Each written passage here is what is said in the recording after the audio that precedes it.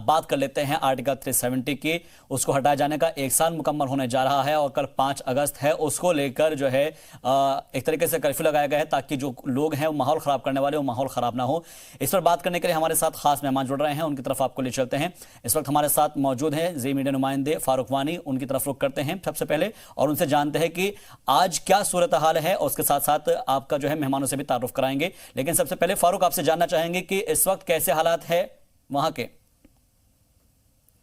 जी बिल्कुल। पहले ही जो पहले श्रीनगर ज़िला प्रशासन जो है उन्होंने कल शाम एक ऑर्डर निकाला जिसमें उन्होंने कहा 4 और 5 अगस्त को पूरे श्रीनगर में जो है कर्फ्यू का नफाज अमल में लाया गया और आज उसका असर देखने को मिला। कई जगहों पर जो लोग हैं उन्होंने उल्लंघन किया, उनके खिलाफ कार्रवाई की गई और आज जो हालात हैं बहुत ही शांतिपूर्ण रहे। ना सिर्फ श्रीनगर में बल्कि जो घाटी के अन्य ज़िले हैं वहाँ पर भी शांतिपूर्ण तरीके से आज के हालात रहे। और एक सुरक्षा समिति में आज जायजा लिया गया सुबह, जिसमें जम्मू कश्मीर डीजी दिलबाग सिंह और सिविल एडमिनिस्ट्रेशन के आला अधिकारी भी मौजूद थे और उसमें ये फैसला किया गया जो घाटी के अन्य ज़िले हैं उनमें भी इसी तरह की जो पाबंदियां हैं वो जारी रहेगी ताकि कानून व्यवस्था को बनाए रखे। क्योंकि पहले ही उलगाबादी संगठन और पीपल्स डेमोक्रेटिक पार्टी जो यहाँ की रीजनल पार्टी हैं उन्होंने घोषणा कर दी थी कि वो इसको लेकर 5 अगस्त को लेकर अपना जो ब्लैक डे मनाएंगे और इसके खिलाफ प्रदर्शन भी करेंगे और सड़कों पर भी आएंगे। जिसके बाद इसके साथ साथ जो मिलिटेंट संगठनों की ओर से भी इनपुट्स मिले थे कि कोई बड़ा हमले की फिराक में है वो, उसको देखते हुए ये जो इकदाम हैं ये उठाए गए। बिल्कुल ये इकदाम उठाए गए हैं। मैं आपको बीच में इसलिए रोकना चाहूंगा क्योंकि पहले मैं मेहमानों का भी तारुफ करा देता हूं। इस वक्त हमारे साथ अनिल गुप्ता जी जुड़ गए हैं, तर्जुमान हैं भारतीय जनता पार्टी के, आपका बहुत बहुत इस्तकबाल है। और साथ ही गौरव गुप्ता जी जुड़ गए हैं, कारोबारी हैं, उनका भी बहुत बहुत इस्तकबाल है। फारूक मैं आपके पास लौटूंगा लेकिन उससे पहले जो है अनिल गुप्ता है, स्पोक्स पर्सन है भारतीय जनता पार्टी की। सर आर्टिकल 370 के हटाए जाने का 1 साल मुकम्मल होने जा रहा है, कल 5 अगस्त है। यही वो तारीख थी जब एक वहां से आर्टिकल 370 को हटा दिया गया था, 35A को हटा दिया गया था। सबसे पहले आपका रिएक्शन जानना चाहूंगा कि ये बीता ये जो 1 साल रहा वो कैसा रहा। सबसे पहले मैं आपके चैनल के माध्यम से तमाम जम्मू कश्मीर वासियों को मुबारकबाद देना चाहता हूं कि आज या कल 1 साल पूरा होने वाला है बगैर 370 के जी। और 370 जाने के बाद हमने क्या खोया और क्या पाया, बड़ी लंबी फहरिस्त है। लेकिन जब आप जमा और मुनाफा करेंगे यही लगता है कि हमने बहुत कुछ पाया और जो खोया वो हम खोना चाहते थे, इसलिए हमने उसको खोया जी। कहने का मतलब यह है कि जो चीजें 370 के पहले होती थी, जिनकी जरूरत नहीं थी, जिनके कारण रियासत देश से अलग होती जा रही थी, जिनके कारण रियासत के अंदर अलगाववाद फैल रहा था, जिनके कारण रियासत के अंदर आतंकवादी दहशतगर्द रोज यहाँ पे खून की नदियां बहा रहे थे, जिसके कारण गुर्बत इतनी ज्यादा बढ़ गई थी क्योंकि सेंट्रल से आए हुए फंड लोग अपनी जेबों में भर लेते थे। और जितने भी यहाँ पे सॉफ्ट ये मेन स्ट्रीम लीडरशिप थी वो 2 कश्तियों में पांव रख के चल रही थी, सॉफ्ट सेपरेटिज्म को बढ़ावा दे रही थी, जिसके कारण यहाँ पे एक लोगों के बीच में एलिनेशन पैदा हो गई थी। और साथ ही साथ एक बहुत बड़ा जो नुकसान देश को हो रहा था वो था किस प्रकार टेररिज्म और रेडिकलाइजेशन मिलकर बिल्कुल कश्मीर का सत्यानाश कर रहे थे जी। तो ये सारी चीजें जो हैं उस 5 अगस्त के फैसले के बाद धीरे धीरे खत्म हो रही हैं। अब हम सब एक बड़ी मैं कहूँगा खुशी की उम्मीद के साथ और एक आजादी की सांस के साथ जी रहे हैं। खासकर जम्मू और लद्दाख के जो खित्ते जो कि हमेशा यही कहते रहते थे कि हमारे साथ डिस्क्रिमिनेशन हो रही है, हमारे साथ डेवलपमेंट के फंड्स के बीच में जो है वो पार्शियलिटी होती है, हमें नौकरियां नहीं मिलती हैं, तमाम स्टेट गवर्नमेंट जॉब जो हैं वो एक ही कम्युनिटी और रिलीजियस बेसिस पे दी जा रही हैं, रीजनल रिलीजियस बेसिस पे दी जा रही हैं। ये सारी तमाम शिकायतें जो हैं वो अब खत्म हो चुकी हैं। और खासकर सबसे चीज में बड़ी चीज जो कहूंगा जो कि फर्क था शहरियों और शहरियों के बीच में फर्क, एक हमने बना रखे थे, वेस्ट पाकिस्तान रिफ्यूजीज, बाल्मीकिस, गुरखास, हमारी जो बहनें थी उनके हमने अधिकार छीन रखे थे, ये सारी चीजें जो है वो अब खत्म हो गई हैं और अब सब खुश हैं, सब खुश हैं। बिल्कुल सब जो है वो अब ये इस चीज की उम्मीद लगा के बैठे हुए हैं कब कोविड खत्म हो और कब हम तरक्की की तरफ बढ़े। बिल्कुल तरक्की की तरफ गामजन होना है। अनिल गुप्ता जी मैं आपके पास लौटूंगा। इस वक्त हमारे साथ गौरव गुप्ता जी जुड़े हुए हैं, कारोबारी है। गौरव जी देखिएगा पूरा 1 साल तकरीबन मुकम्मल होता हुआ नजर आ रहा है और 5 तारीख कल वो दिन होगा जब आर्टिकल 370 हटाया गया था। मैं आपसे समझना चाहूंगा क्योंकि आप एक कारोबारी है, उस लिहाज से पिछले एक साल के अंदर कारोबार में आपने कितने उतार चढ़ाव देखे हैं और उसमें क्या कुछ नयापन पाया? सबसे पहले तो मैं मुबारकबाद देना चाहूंगा मोदी गवर्नमेंट को, जिसने इस गवर्नमेंट ने खासकर under the leadership of our great prime minister Modi ji की लीडरशिप के अंडर जो एक हिस्टोरिकल एक डिसीजन लिया, जिसमें उन्होंने 5 अगस्त 2019 में यहाँ पर 370 और 35A को डिमोलिश किया। क्योंकि कहीं ना कहीं मुझे लगता है कि हम जम्मू के रीजन के लोग, हम कहीं ना कहीं अनिल गुप्ता साहब ने भी जिस तरह कहा, हम लोग कहीं ना कहीं अपने आप को डिस्क्रिमिनेशन का शिकार समझते थे, और एक साइकोलॉजिकल जो एक बैरियर है, ये जैसे ही डिमोलिश हुआ एक खुशी की लहर हमारे पूरे अवाम में यहाँ पर आ गई। और जहां तक रही डेवलपमेंट की बात, डेवलपमेंट की स्तर पर भी हम लोग बहुत तेजी से आगे बढ़ रहे थे। जहां पर एक कोरोना की महामारी जो मार्च 24 को जो एक लॉकडाउन अनाउंस किया गया, कहीं ना कहीं उसमें जरूर कहीं ना कहीं फुल स्टॉप लगा। पर एज पर मुझे लगता है कि अगर हम 35A और 370 की बात करें, जिस पेस से जो हमारा डेवलपमेंट का जो काम था, अगर मैं बिजनेस समिट जो इन्वेस्टर्स मीट थी वो भी प्लान की हुई थी, पर अचानक ये जो बीच में जो कोविड का जो एक संकट आ गया, कहीं ना कहीं उसके कारण वो गति थी जो हमारी डेवलपमेंट की, उसको कहीं ना कहीं फुल स्टॉप लग गया। पर आज हम शुक्रगुजार है मोदी गवर्नमेंट के, जिसने एक ऐतिहासिक फैसला लेकर 35A और 370 को खत्म किया। तो हम दोबारा आज दिल की गहराइयों से हम मोदी सरकार की बहुत बहुत शुक्रगुजार हैं इस हिस्टोरिक फैसले के लिए। जी, आप शुक्रिया अदा करते हैं। और इसी बीच एक बार फिर से हम रुक करते हैं अपने जी मीडिया नुमाइंदे फारूक वानी का। फारूक, देखिएगा, क्योंकि एक साल मुकम्मल होने जा रहा है और आप बता भी रहे थे कि जो अलहदगी पसंद है वो किसी तरह की कोई हरकत ना करे, उसके लिए कर्फ्यू नाफिज किया गया है। लेकिन मैं आपसे समझना चाहूंगा कि आर्टिकल 370 हटने के बाद से बहुत सारे चैलेंजेस जो है आम आवाम के सामने आए होंगे, और जो कि कई बार ये कहा जाता है कि 4G को लेकर हुआ या फिर जो आने जाने को लेकर हुआ जो बातें होती हैं, तो क्या उस चीज़ को फिर से एक तरीके से जो जिंदगी पर जो पटरी पर आ रही है जिंदगी, वो धीरे धीरे करके आ रही है? क्योंकि अभी जब गुप्ता साहब ने कहा है कि कोविड-19 की वजह से थोड़ा सा ब्रेक जरूर लगा है, लेकिन उन्हें उम्मीद है कि इसको थोड़ा सा और आगे बढ़ाया जाएगा।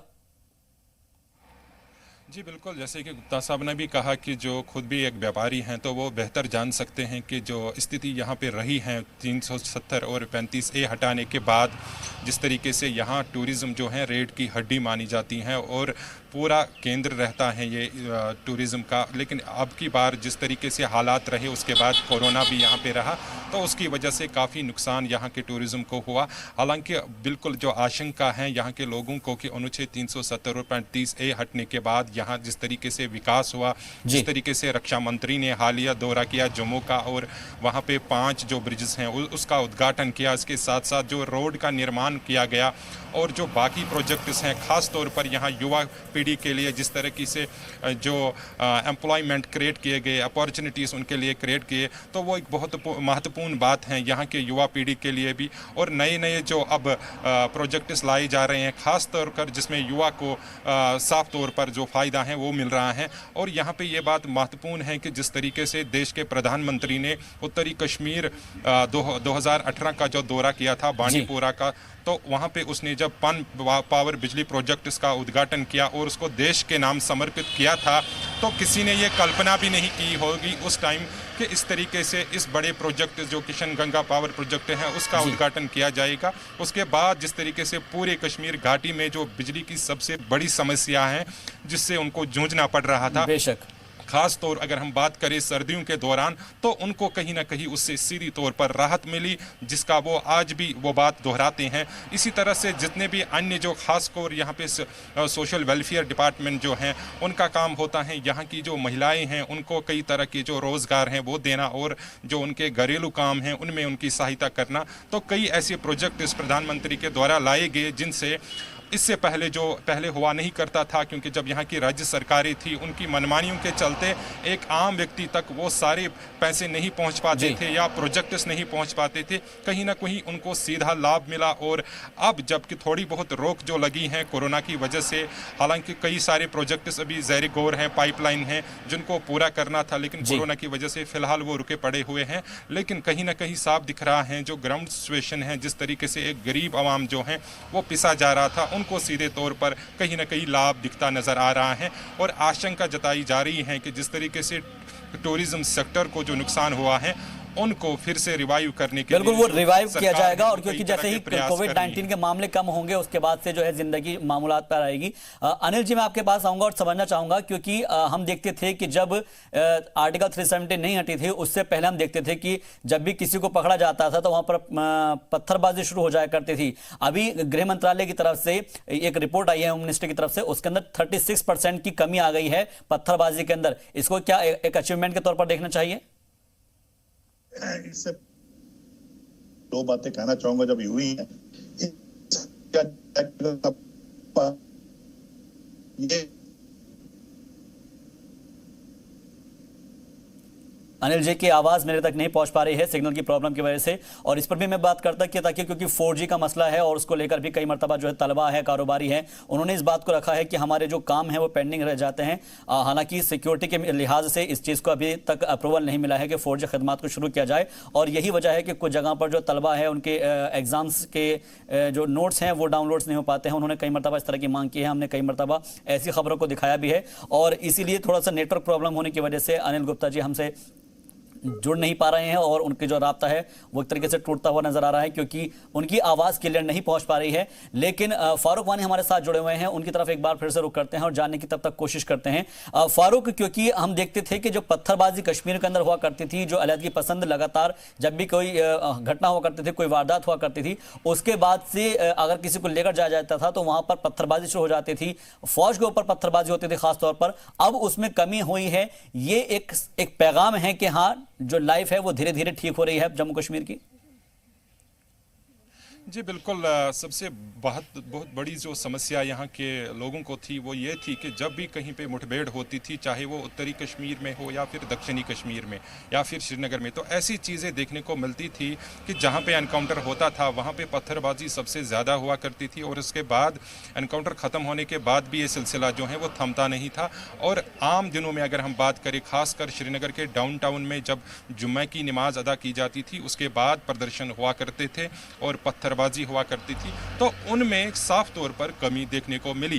तो इस जो विश्लेषक हैं, इसके जो राजनीतिक विश्लेषक हैं, उनका ये मानना है कि जिस तरीके से यहाँ पे जो राजनीतिक दल थे वो कहीं ना कहीं अपने फ़ायदे उठाकर, क्योंकि जब यहाँ पे एजिटेशन हुई थी 2016 की अगर हम बात करें तो उसमें भी ये चीज़ें खास देखी गई कि राजनीतिक दलों के जो कार्यकर्ता हैं वो आम लोगों को तंग कर रहे थे। कई के पास जो आई कार्ड्स हैं वो पकड़े गए थे, पुलिस ने कई के खिलाफ केस भी दर्ज किए थे, तो उनको अपने फायदे के लिए वो उनका इस्तेमाल कर रहे थे, जिसकी वजह से आम लोगों को तकलीफ हुआ करती थी। लेकिन जो ही हमने देखा जिस तरह से प्रिपरेशन की गई, जिस तरीके से जो राजनीतिक दल हैं, जो कई सारे जो लीडर हैं वो बंद किए गए, तो उससे हमें साफ नतीजा निकला कि ये जो लोग थे कहीं ना कहीं उनमें शामिल थे और इस तरीके की कार्रवाइयाँ जो गतिविधियाँ कर रहे थे और अपने मुफाद के लिए, अपने फ़ायदे के लिए उनका उपयोग करके उनकी जान को खतरे में डालकर अपने फ़ायदे हासिल कर रहे थे और फिर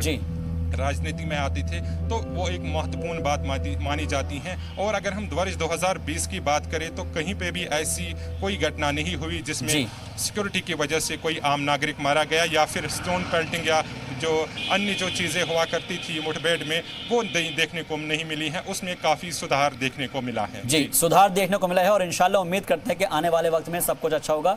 फारूक, एक मुख्तसर से वक्फे के लिए हम यहाँ रुक रहे हैं, आपको मैं यही रोकना चाहूँगा और वक्फे के बाद जब हम आएंगे तो बात करने की कोशिश करेंगे कि आखिर जो एक साल है, एक साल के अंदर जम्मू कश्मीर कितना बदला है, वहाँ के जो बाशिंदे हैं उनका क्या कहना है, कारोबारी इस एक साल को किस नज़रिए से देखते हैं, सियासतदान किस नज़रिए से देखते हैं और कश्मीर में कितनी तरक्की हुई है इस एक साल में, एक वक्फे के बाद।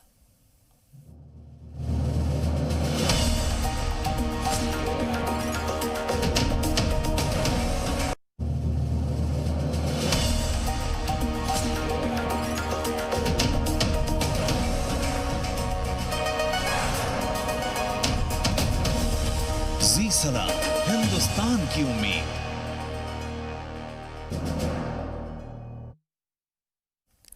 ब्रेक के बाद आपका एक बार फिर से इस्तकबाल करते हैं। तो लगातार हम बात कर रहे हैं आर्टिकल 370 की। जी हां, उसको हटाए हुए एक साल मुकम्मल होने जा रहा है। कल 5 अगस्त है, यही वो तारीख है जब आर्टिकल 370 और 35 से जम्मू कश्मीर से हटाया गया था और उसके बाद से यूनियन टेरिटरी बन गए थे दोनों, एक तरफ कश्मीर और दूसरी तरफ लद्दाख। तो ऐसे में अब ये देखना अहम है कि इस एक साल के अंदर क्या क्या चेंजेस आए हैं अलहदगी पसंद जो लोग थे उनकी वजह से क्या कश्मीर के हालात खराब रहते थे, इस पर बात करने के लिए हमारे साथ खास मेहमान जुड़े हुए हैं। अनिल गुप्ता जी का रुख करते हैं, स्पोक्स पर्सन है भारतीय जनता पार्टी के। अनिल जी, मैं अब आपसे समझना चाहूंगा कि पिछले एक साल के अंदर जब हमने देखा है कि पत्थरबाजी के अंदर कमी आई है और इस एक साल के दरमियान कुछ ऐसे सियासतदान हैं, कुछ ऐसे राजनेता हैं जिनको नजरबंद करके रखा गया, तो क्या इसको इस तरह से देखा जाए कि तमाम राजनेताओं की वजह से ये पत्थरबाजी हुआ करती थी और इसीलिए उसमें कमी आई है क्योंकि वो अपने वो नजरबंद है वो?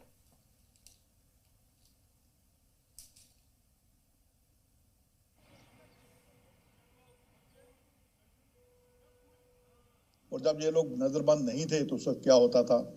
आपके सवाल में ही जवाब है, क्योंकि ये लोग हिस्सा थे, ये लोग मिले जुले थे उनके साथ। अब आपका मैं इससे पहले कि मैं थोड़ा आगे बढ़ूं पत्थरबाजी के बारे में, एक बात मैं साफ करना चाहता हूं। कुछ लोग एक सवाल उठा रहे हैं, सवाल निशान डाल रहे हैं कि अगर सब कुछ मामूल पे आ गया कश्मीर में तो ये 2 दिन का कर्फ्यू क्यों? जी देखिए, पाकिस्तान, उनके पाकिस्तान के जो प्रो एलिमेंट्स हैं कश्मीर के अंदर, जी, कुछ अलगाववादी जो कि अभी बचे हुए हैं, और ऐसे ही कुछ प्रो जो सॉफ्ट सेपरेटिस्ट जिनको हम कहते थे, जिनमें से कुछ आजकल नजरबंद हैं, जी, ये सब लोग ब्लैक डे की डिमांड कर रहे हैं। और देखिए कितना कोइंसिडेंस है, पाकिस्तान ब्लैक डे चाहता है और ये भी ब्लैक डे चाहते हैं। और जहां तक इन लोगों की बात है, इन लोगों का हाथ जो है वो कश्मीरियों के खून से रंगे हुए हैं। ये लोग कश्मीरियों के साथ खून की होली खेलते थे। इनको कश्मीरियों की जान की परवाह नहीं थी और ना भी है।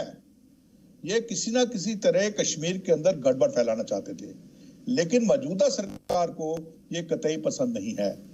वो नहीं चाहते कि किसी प्रकार का खून खराबा हो, किसी प्रकार के जानी माल नुकसान हो। इसीलिए इत्यादी तौर के ऊपर ये कर्फ्यू लगाया गया है, तंग करने के लिए नहीं लगाया गया है। इत्यादी तौर पे अगर कर्फ्यू लगाने से आप लोगों की जान बचा सकते हैं, अगर आप कर्फ्यू लगाने से लोगों के जान माल के नुकसान को बचा सकते हैं, तो मुझे नहीं लगता कर्फ्यू लगाने में कोई हर्ज होना चाहिए। तो ये जो सवाल उठाया जा रहा है, इसको गलत तरीके से उठाया जा रहा है। इसे सही तरीके से देखने का जो नजरिया है वो यही है कि अगर कर्फ्यू लगाने से लोगों की जान माल बच जाती है तो बेहतर है कर्फ्यू लगाया जाए।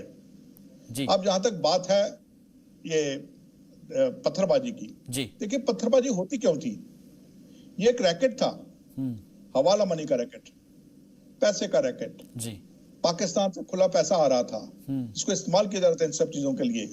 नौजवानों को भड़काया जा रहा था। देखिए आज आईएएस के रिजल्ट निकले हैं जी, 19 नौजवान जम्मू कश्मीर के आईएएस के लिए सिलेक्ट हुए हैं। उनमें से 7 कश्मीर के हैं जी, 3 फ्रंटियर एरियाज के हैं, कुपवाड़ा, बांदीपुर, इस इलाकों के हैं जी। देखिए अगर आप अपनी एनर्जीज को चैनलाइज करना चाहते हैं पॉजिटिवली, तो आप कुछ भी अचीव कर सकते हैं बेशक, लेकिन आपके लीडरान अगर आपके एनर्जी को चैनलाइज ना करने दें पॉजिटिवली और आपको गुमराह करें पत्थरबाजी की तरफ, आपको गुमराह करें बंदूक उठाने की तरफ जी, तो वही दिमाग आपको उस तरफ ले जा सकता है जी। दिमाग तो एक ही है बेशक, उस दिमाग को चैनलाइज किस प्रकार किया जाता है, किस तरफ किया जाता है, ये आज कश्मीरी नौजवानों ने साबित कर दिया है जी। ये आपने बहुत अच्छी बात बताई है। अनिल जी मैं आपके पास लौटूंगा क्योंकि जतिंदर नोरा हमारे साथ जम्मू से जुड़ गए हैं, जरा जम्मू का भी हाल जान लेते हैं। जतिंदर, बहुत अच्छी बात अनिल जी ने बताई है कि जिस तरीके से आप नौजवानों को चैनलाइज करेंगे उसी तरह से उनके दिमाग में वो चीजें फिट बैठेगी। यूपीएससी का रिजल्ट आया, उसके अंदर 19 जो लोग हैं, जो तलबा बैठे थे, उन्होंने कामयाबी हासिल की है, फतेह हासिल की है, बहुत अच्छा जो है कश्मीर का नाम रोशन किया है, जम्मू श्रीनगर का नाम रोशन किया है, लद्दाख का नाम रोशन कर रहे हैं। लेकिन अगर हम पिछले एक साल की बात करें जतिंदर, तो जम्मू के अंदर क्या तब्दीलियां देखने को मिली है और जो लोगों के पास जो रोजगार के मौके हैं वो कितने पैदा हो पाए हैं पिछले एक साल में? मैं आपको बता देना चाहता हूँ जिस तरह एक साल के अंदर लोगों ने तरक्की की है, लोग खुद ही बयान कर रहे हैं। जब से 5 अगस्त 2019 को जी 35 से 370 टूटा है, हमारे दिन बदल गए हैं जी। तब तक लोगों से हमने जाकर बात की, उन्होंने कहा कि 370 से पहले हमारी जो जिंदगी थी बिल्कुल इस तरह की थी कि हम बयान नहीं करते। जब से मोदी जी ने 370 को तोड़ा है, हमारी जिंदगी बदल चुकी है, हमारे कारोबार के रास्ते खुल चुके हैं। क्योंकि उससे 370 से पहले देखा जाता था, कोई भी ऐसा दिन नहीं आता था जिस दिन लोगों को कहीं ना कहीं जाकर इंतजार करना पड़ता था, लाइनों में लगना था। नौकरी को फॉर्म भरने के लिए उनको लाइनों में लगना था, कोई सर्टिफिकेट डिपार्टमेंट में जाता था तो लाइन में लगा। लेकिन आज के दिन में जब मोदी जी ने 370 तोड़ा है, कोई भी जो नौकरी के फॉर्म भरे जा रहे हैं वो ऑनलाइन भरे जा रहे हैं। उन लोगों को दिक्कत नहीं है। अगर दिक्कत उनको आई है तो कोरोना वायरस के चलते हुए जो 3 से 4 महीने हो गए लोगों को तभी दिक्कत आई है। लेकिन लोग आज भी परवाह नहीं कर रहे हैं, वो कहते हैं कि जो मोदी जी कर रहे हैं ठीक कर रहे हैं। लेकिन डेवलपमेंट की बात करें, उन्होंने कहा है कि जिस प्रकार से जम्मू में सरकार की तरफ से डेवलपमेंट के कार्य किए जा रहे हैं, पुल बनाए जा रहे हैं, अगर रिंग रोड की बात करें या फिर फ्लाईओवर की बात करें, जिस तरह से तेजी से काम चल रहा है, 4 लेन का काम चल रहा है, अगर उस पुरानी सरकारों की देखो तो पुरानी सरकारों ने कुछ नहीं किया है। अगर जो भी करे मोदी सरकार की, अगर जो सरकारें पहले ही की होती तो आज देश का नक्शा बदल गया, जम्मू कश्मीर का नक्शा बदल चुका होता। जी, ये काफी अच्छी आपने बताई है कि रोड्स लगातार बन रहे हैं और लोगों का जो है रास्ते खुल रहे हैं, एक जगह से दूसरी जगह वो लोग जा रहे हैं अपनी तिजारत के लिए, कारोबार के लिए। अब फारूक, मैं अब आपसे पूछना चाहूंगा और समझना चाहूंगा कि अगर हम देखें पूरे बैकग्राउंड को देखें तो उसमें हम देख पा रहे हैं कि पत्थरबाजी कम हुई है और जो दहशतगर्द है उनका भी खात्मा लगातार होता चला जा रहा है। हम ग्राफिक्स के जरिए अपने नाज़रीन को बता रहे हैं कि कितने फीसद अब जो है इस तरह की वारदातों में कमी आई है और जो तसादुम में मार गिराए गए हैं उनका भी हम जो है आदाद शुमार दिखा रहे हैं। ऐसे में क्या लगता है कि पिछले 1 साल के अंदर जितनी भी दहशतगर्दी हुआ करती थी, जितने भी तसादुम हुआ करते थे, उसमें कमी आई है? बहुत सारे जो यहाँ पर अलहदगी पसंद थे उन्होंने हथियार छोड़ दिए हैं, वो अब मेन स्ट्रीम के अंदर आ गए हैं। क्या ये पूरा 370 की वजह से था और 370 हटते के साथ सब कुछ ठीक होना शुरू हो गया? जी बिल्कुल, जिस तरीके से अगर हम वर्ष 2020 की बात करें तो काफ़ी सारी चेंजेस हमें देखने को मिल रही हैं। जिस तरीके से मिलिटेंसी का जो ग्राफ है लगातार बढ़ता जा रहा था और अगर हम अब तक की बात करें वर्ष 2012 की तो 144 से ज़्यादा जो मिलिटेंट हैं वो विभिन्न झड़पों में मारे गए हैं। उनमें से कई जो हिजबुल मुजाहिदीन के टॉप कमांडर हैं वो भी मारे गए हैं, उनका एनकाउंटर किया गया है, चाहे वो गज़वतुल अंसार, गज़वतुल हिंद हो या फिर लश्कर तैयबा हो और अन्य मिलिटेंट संगठनों से ताल्लुक़ रखने वाले जितने भी मिलिटेंट हैं उनको कहीं ना कहीं काफ़ी सारा नुकसान उठाना पड़ा है। जिस तरीके से एंटी मिलिटेंसी जो ऑपरेशन दक्षिणी कश्मीर में चलाई गई, ख़ास तौर पर जो क्षेत्र हैं शुपियन का, वहाँ पे 16 से अधिक एनकाउंटर किए गए अभी तक, जिनमें सेना को बड़ी सफलताएँ मिली हैं। कई टॉप कमांडर भी वहाँ मारे गए हैं जो कि काफ़ी सालों से सक्रिय थे, उनका एनकाउंटर किया गया और जो IED एक्सपर्ट्स हैं उनको भी वहाँ पे न्यूट्रलाइज किया गया। तो कहीं ना कहीं एक बड़ी सफलता मानी जा रही है। वही 2019 की अगर हम बात करें तो केवल 160 मिलिटेंट मारे गए थे अगस्त तक, यानी 2020 की जो वर्ष रहा है मिलिटेंसी से, जो जबकि ज़्यादा से ज़्यादा मिलिटेंटों ने, जो युवा पीढ़ी हैं उन्होंने भी गन हाथ में उठाया, वो भी सक्रिय थे। तो कहीं ना कहीं जिस तरीके से सेना ने भी उनको एक पैसेज दिया कि वो ये रास्ता छोड़े, कई लोग ऐसे हैं, कई युवा पीढ़ी ऐसे हैं जिन्होंने गन छोड़कर एक सही रास्ता अपनाया, उनको मौका दिया गया। आज भी जिस तरीके से मुठभेड़ होती हैं पहले उनको वहाँ पे मौका दिया जाता है, क्या वो सरेंडर करना चाहते हैं, उसके बाद कोई सरेंडर नहीं करता है तो वहाँ से एनकाउंटर किया जाता है। तो कहीं ना कहीं इनमें काफ़ी सारी तब्दीलियाँ हमें देखने को मिली हैं और काफ़ी सफलताएं भी सेना को मिली हैं। वर्ष 2020 में जिस तरीके से 140 से ज़्यादा जो मिलिटेंट मारे गए हैं, वही अगर हम 19 की बात करें तो जनवरी में केवल 18 मिलिटेंट जो थे उन्होंने ज्वाइन किया था 2019 में। अगर 2020 की अगर हम बात करें तो 50 के आसपास जो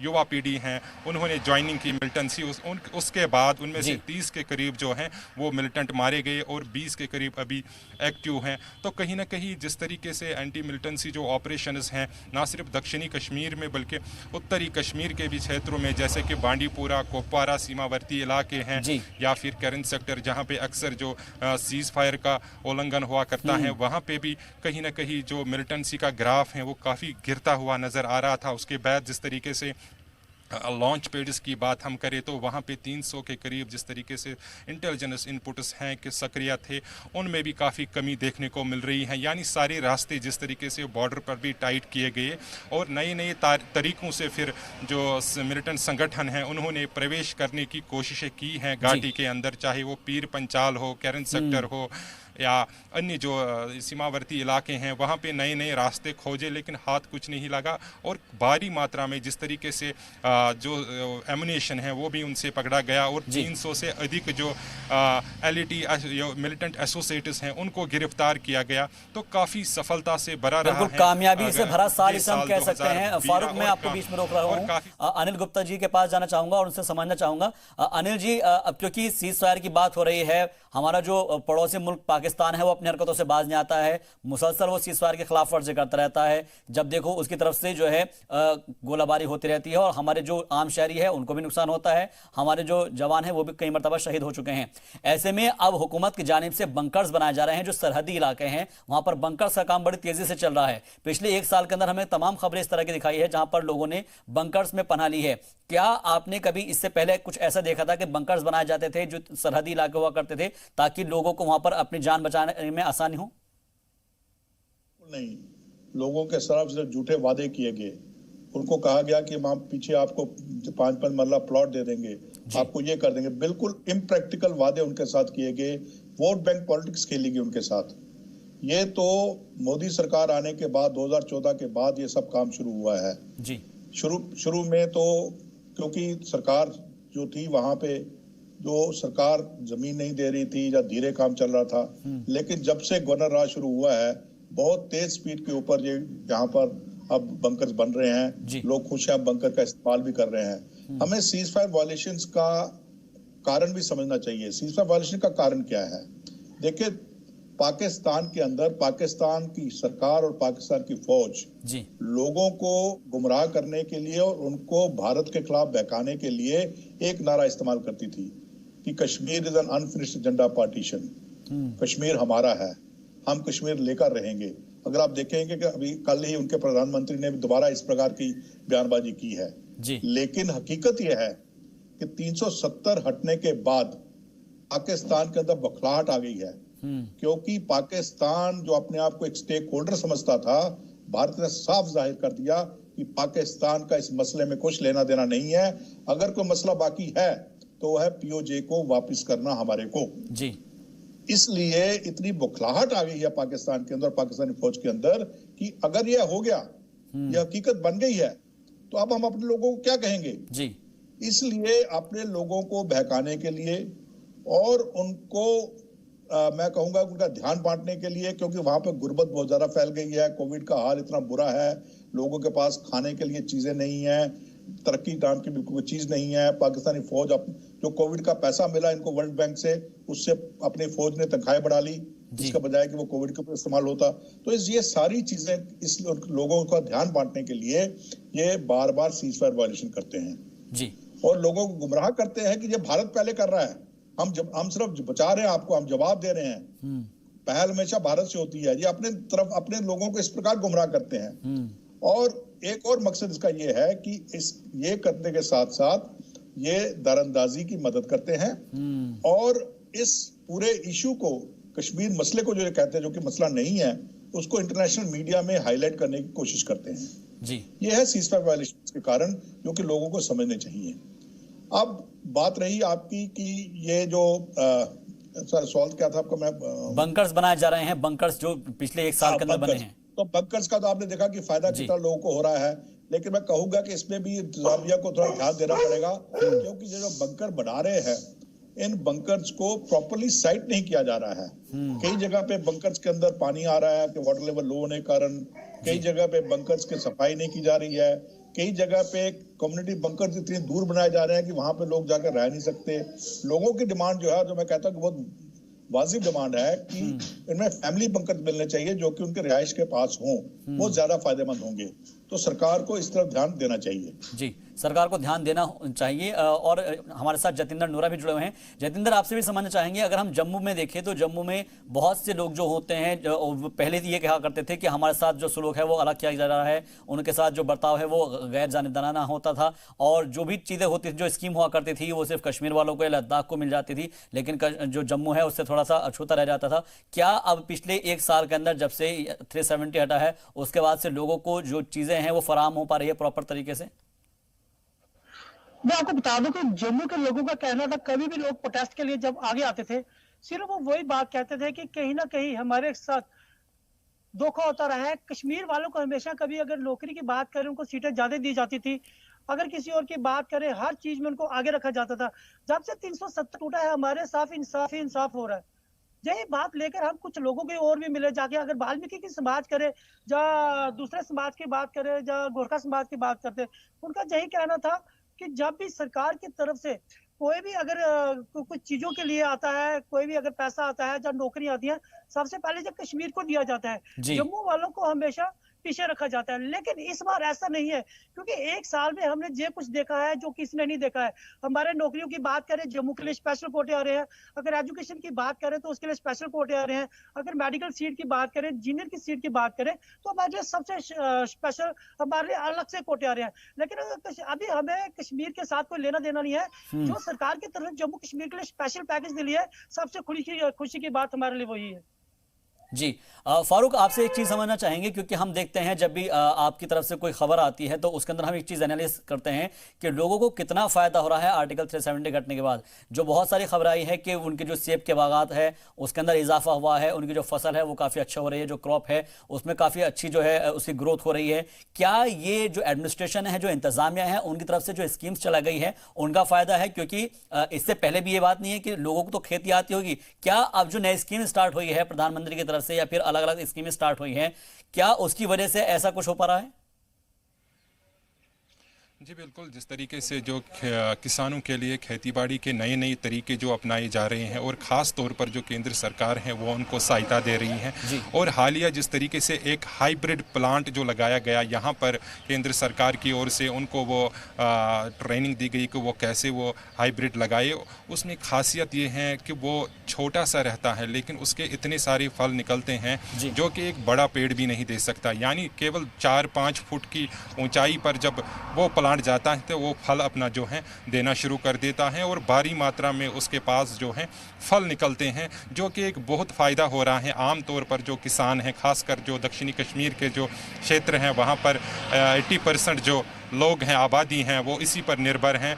उन्हीं से, हार्टिकल्चर से ही उन्हें सब चीज़ें जो हैं वो प्राप्त होती हैं। तो हमने खुद भी उनसे बात की है कुछ दिन पहले, तो उनका यही मानना है कि हाइब्रिड प्लांट आने से जिस तरीके से केंद्र सरकार ने उनको वो सहायता दी है और जो ख़ास तौर पर जो डिज़ीज़ से रिलेटेड जो उनको अपडेट हुआ कर रहता है, 24 घंटे के दौरान उनको बताया जा रहा है कि किस तरीके का मौसम रहने वाला है, उसके बाद वो अपने खेतों में क्या क्या चीज़ें करेंगे उसके लिए उनको तैयार किया जाता है। तो उनको साफ तौर पर उनसे लाभ मिला है और उनका जो मुनाफा है वो भी हुआ है, ताकि उनका जो परिवार है उससे भी फ़ायदा उनको मिला है। उन्होंने खुद भी बताया कि इससे पहले जो उनके पास बड़े बड़े पेड़ हुआ करते थे, एक तो उनको ख़तरा रहता था जब बारिश ज़्यादा होती थी, हवाएं चलती थी, या बर्फ़बारी में भी हमने देखा पिछले वर्ष भी काफ़ी नुकसान का सामना करना पड़ा था। तो उसको देखते हुए फिर केंद्र सरकार ने एक नया प्रोजेक्ट शुरू किया जिसमें उन्होंने एक हाइब्रिड प्लांट जो है वो यहाँ पे लाया और यहाँ पे उनकी जो पैदावार है वो बढ़ाई और उसके बाद उनको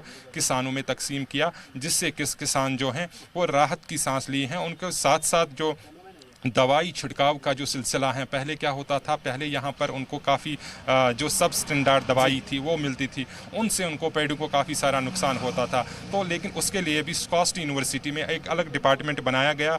एक तो सॉइल टेस्टिंग होती है वहाँ, दूसरे इन जैसे जो स्प्रे ऑयल होते हैं वो किस प्रकार के होने चाहिए, उनका डॉक्टर बाज़ाब्ता वहाँ पर जाता है, वहाँ गाँव क्षेत्र में जाता है और वहाँ पर उनको किसानों को बुलाकर उनसे कहा जाता है कि वो किस तरीके से अपने बागीचों में कौन कौन सी दवाइयाँ लाए और बिल्कुल यानी कि हर चीज जो है वो प्रॉपर वे में हो रही है, बिल्कुल ठीक ठाक तरीके से हो रही है, ताकि किसानों को भी फायदा हो, जो वहाँ के नौजवान हैं उनको भी फायदा हो और उनकी जो फसल है वो काफी अच्छी हो जाए। बहुत बहुत शुक्रिया हमसे जुड़ने के लिए अनिल गुप्ता जी आपका, और फारूक वानी आपका, और जतिन नुन्नरा आपका भी बहुत बहुत शुक्रिया। कुल मिलाकर आर्टिकल 370 हटने का 1 साल मुकम्मल होने जा रहा है और आर्टिकल 370 और 35A के 1 साल मुकम्मल होने के बाद कैसा कश्मीर होने जा रहा है और पिछले 1 साल के अंदर कश्मीर ने कितनी तरक्की की है, ये आज हमने जाना। फिलहाल यहां वक्त हो गया है एक मुख्तसर से वक्फे का, जल्द हाजिर होंगे।